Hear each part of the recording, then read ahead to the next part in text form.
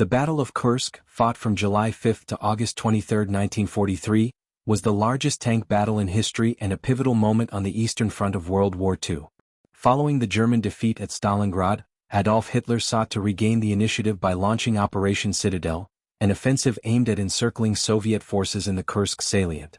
Despite initial planning and technological superiority in some areas, Germany suffered a decisive defeat, marking the permanent strategic initiative shift to the Soviet Union. Understanding why Germany lost Kursk requires examining strategic miscalculations, Soviet preparedness, logistical challenges, and operational limitations. Strategic context. The Eastern Front in 1943. After the Stalingrad disaster, February 1943, German forces were weakened, morale was low, and reserves were limited. Hitler's desire to regain initiative led to plans for Operation Citadel, aiming to pinch off the Kursk salient, a bulge held by Soviet forces protruding into German lines. The Kursk salient. The salient, a protruding wedge of Soviet-controlled territory, was heavily fortified and well prepared for a German attack. Soviet intelligence, bolstered by spies and signals intercepts, provided detailed knowledge of German plans. Defensive preparations included deep minefields, anti-tank ditches, and layered defensive belts designed to wear down attacking forces. German operational planning. Commanded by Field Marshal Gunther von Kluge, north, and Field Marshal Erich von Manstein, south. The offensive relied heavily on tanks, mechanized infantry, and close air support to achieve rapid encirclement. New German weapons, including Panther tanks, Tiger IIs, and Ferdinand/Elephant tank destroyers, were introduced to gain battlefield superiority. Strengths and limitations. German forces had technological advantages in certain armored units. However, they faced delayed operations, shortages of fuel, ammunition, and trained personnel, and the need to wait for reinforcements. Soviet defensive preparations.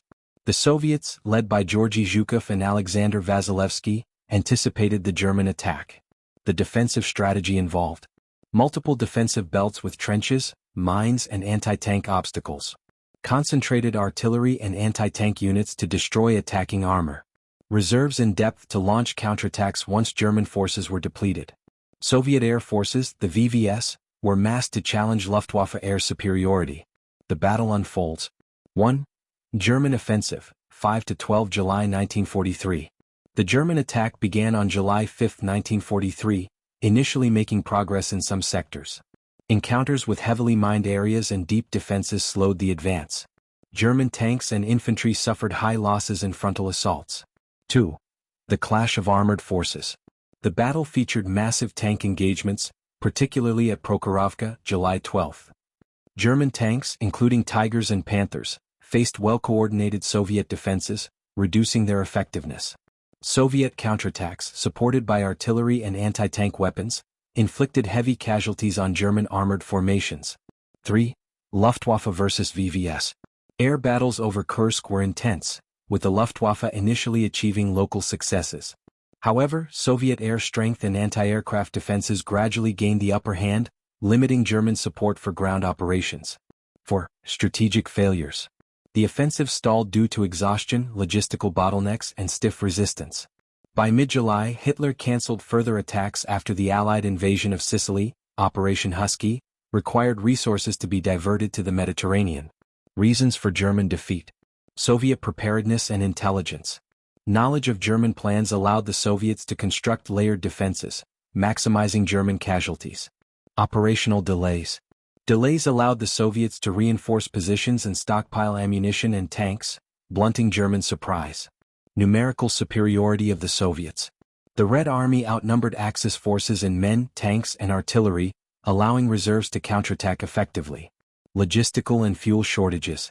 German supply lines were overstretched, and fuel shortages reduced the mobility of armored units. Overestimation of German capabilities. Hitler's insistence on decisive victory underestimated Soviet resilience and defensive depth. External pressures. The need to divert attention to Operation Husky reduced available forces and resources for Kursk. Consequences of the battle. Strategic initiative to the Soviets. After Kursk, the Germans were largely on the defensive on the Eastern Front for the remainder of the war. Heavy German losses. Approximately 50,000 to 60,000 German soldiers killed or wounded, with significant tank and aircraft losses. Soviet confidence and momentum. Soviet forces launched a series of offensives following Kursk, eventually pushing westward into Eastern Europe. Psychological impact.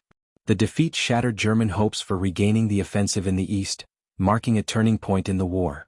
The Battle of Kursk was lost by Germany due to a combination of meticulous Soviet preparation, German logistical constraints, overstretched resources and strategic miscalculations.